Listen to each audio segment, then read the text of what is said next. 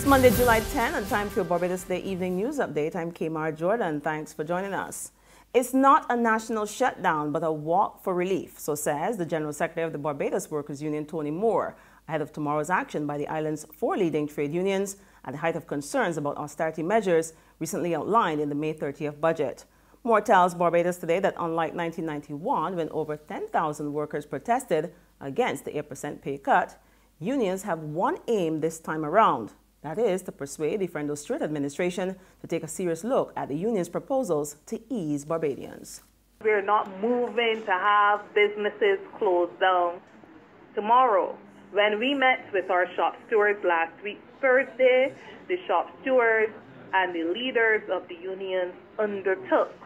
And that's why we called it symbolic, because while we would not deter anybody in Barbados who felt aggrieved and who viewed the issues in the same way that the unions have been viewing it from joining our march, we were certain that we were not calling upon workers to leave their employment and support a walk that we are having in their name. But if or when that moment comes, there will be no doubt of what we are intending to do, and then I think it may be fair at that time to compare it to 1991. The walk moves off from Queen's Park at 11:30 a.m. and culminates at Parliament Building. Meantime, Barbadians are being told to brace for a possible severe weather later on this week. This as Met officials are keeping a close eye on a tropical wave over the central Atlantic. In a statement this evening, forecasters said the wave, which is moving at 17 to 23 miles per hour towards the Lesser Antilles, is likely to develop slowly in the coming days. Met Office warns that regardless of development, Barbadians can expect some moderate to heavy showers, thunderstorms and gusty winds late Thursday into Friday as the wave moves across the region. So let's all be prepared this time around. A call for legal action over the sudden closure of the St. Peter's School, the Alma Parris School in St. Peter that should be, is getting the thumbs down from some parents. At the weekend, attorney at law and social activist David Commission, who described the decision as ridiculous, advised parents to seek legal redress. But today, when a second group of parents met with education authorities at the Ministry of Education's Constitution Road headquarters, most of them not only accepted the closure, but were grateful to the ministry for finding places for their children in 3 other government schools. He's wrong because why? They're still finding places to put the children. They may left them abandoned. Right, so that's wrong. And these children that really can't write their names, you know what I mean? Right, so they're helping them, putting them places that growing skills and sending them back to different schools. They may leave them on the street, right, to handle guns. I don't know, I ain't really doing nothing like that. I just the school to go to, just let the school to go to. So we're just taking everything easy and just holding on to see what will happen.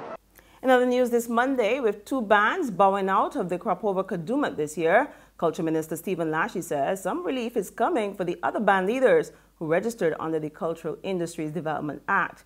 He tells Barbados today he's aware that some of the island's band leaders are experiencing some difficulties with the recent implementation of the National Social Responsibility Levy, which rose from 2 to 10% on July 1.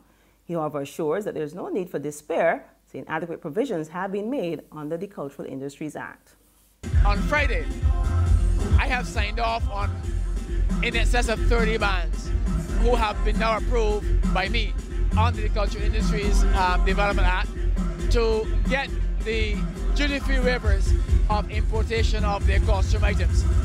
I am going to be sending that communication to the Ministry of Finance on Monday, and I have every assurance that by this week, I believe, we will have the way cleared to have them get their items in duty-free at the port. We've had some bureaucratic issues. This is new legislation, but we are going to ensure that our approved bands get the opportunity to get their items in duty-free as is provided for under the legislation. Mr. Lashley was speaking on the sidelines of the Puff of Color celebration over the weekend. That's a Juve Fete organized by Chelsea Boys, which came off this weekend at Searles Quarry. He said the event provides an exciting experience and could become a world brand. I don't believe that you can find any part of the world where you can have such a sizable party in the middle of a quarry. This is a phenomenal thing. I think that, you know, for the Barbadian entrepreneurs to come up with this brand is really indicative of what the culture industry is all about. It's all about creativity. Crop over is about creativity, and I think it's about providing to the audience something that is unique. I think this is a unique brand, and I want to compliment them for that. To sport now, one lucky Barbadian youth footballer will have the opportunity to travel to Belgium to gain international experience. And it's all thanks to Camp Samba, which officially kicked off today at Harrison College. The selected player will train with the Belgium club Progress for 1 week. Head coach Dexter Marshall says players will engage in activities to boost their knowledge of the sport. It's an opportunity that we are offering the Barbadian footballer who wants to become a football player and one who wants to be exposed to the kind of training that is needed to take our football from the point that we are to another level. It's an opportunity where that they can come and see that where they have to go in order to become a Messi, a Ronaldo, a Neymar, a Zlatan, this kind of thing. But it takes that long-term, short-term, and medium-term development. Manchester United's coach Louis Garvey is also a facilitator at the camp, and he's not ruling out that a Barbadian could one day play for the Red Devils. I'll be honest, I'm not here on a scouting mission, as I say, I'm really on education, but it'd be my job if I spotted a kid to make note of that player, and we've got a girl player here today as well, so Manchester United do run the girls football. They don't run it at professional level, but they run it up to under 18s. But if I did spot a player, yeah, I would liaise with Dexter and see what we could do about that. There's regional and international news after this short break. Good morning, Phillips & Company, may I help? Oh, certainly, one moment, please. Miss Phillips? Yeah? There's a lady on the line from the Nation newspaper who would like to speak with you. The Nation? Will she go on? Well, they're trying to sell us some ads. Look, don't make me laugh this morning. Ads in the Nation? They're real expensive, and for 1 year, nobody ain't buying them papers no more. Nobody ain't want to steal news. I hear reading Barbados Today online for free. So I tell she thanks for calling, but no thanks. We just advertising Barbados Today, families. Tell she is Barbados Today all the way. Okay, I'll pass on the message. Mom, are you still there? Oh, she put it down. The Barbados Today, news you can trust. To regional happenings now in Trinidad and Tobago, criminologist Renee Cummins warns too many murderers are getting away with their crimes. In fact, she says a whopping 86% are not brought to justice, and she's blaming a lack of policies and an absence of a national strategy. Cummins made the comments as she delivered a lecture on homicides at the weekend. Ms. Cummins argues that the politics is very divisive when it's time to come up with a response to treats with crime and violence.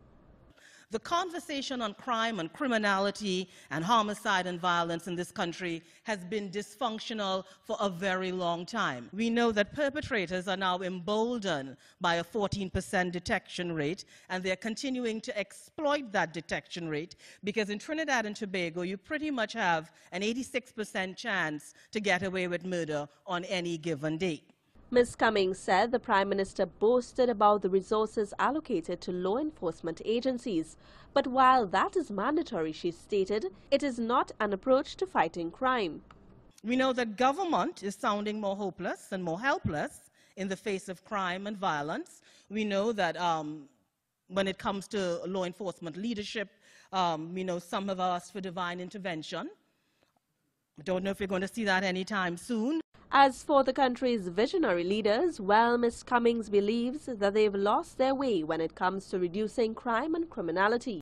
Further afield, a British court today gave the parents of 11-year-old Charlie Gard a chance to present a fresh evidence that their terminally ill son should receive experimental treatment.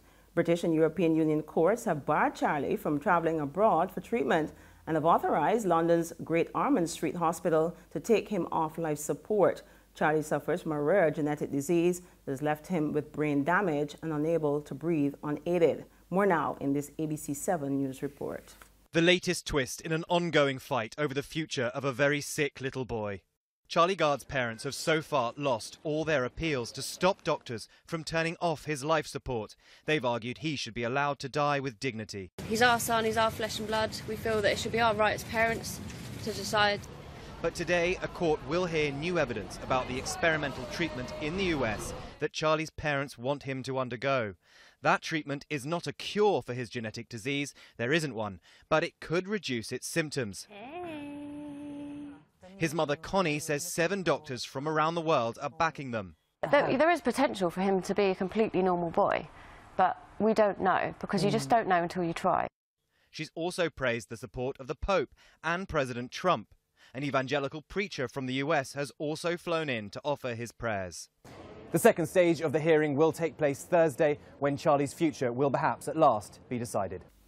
And on that note, we end our evening news edition. But for more, you can go online at www.barbadosday.bb. You can also subscribe to our e-paper, our email updates, or you can like us on Facebook. We're also on Izumi Media in bus terminals, or Screenplay in a supermarket or a gas station near you. Also, you can check us out on Mix 96.9 FM. I'm Kmar Jordan. Have a fabulous evening, a peaceful night, and be sure to join us first thing tomorrow morning for our next update.